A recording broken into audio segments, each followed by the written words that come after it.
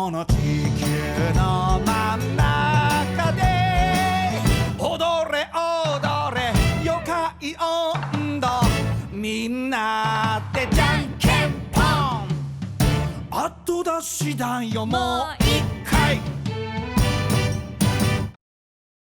カズマが手にした勾玉には妖怪を見ることができる力が秘められていた。天の弱だ。彼らの交流を通して描く笑いと感動のファンタジー大江戸もののけ物語 BS プレミアム17日金曜夜8時。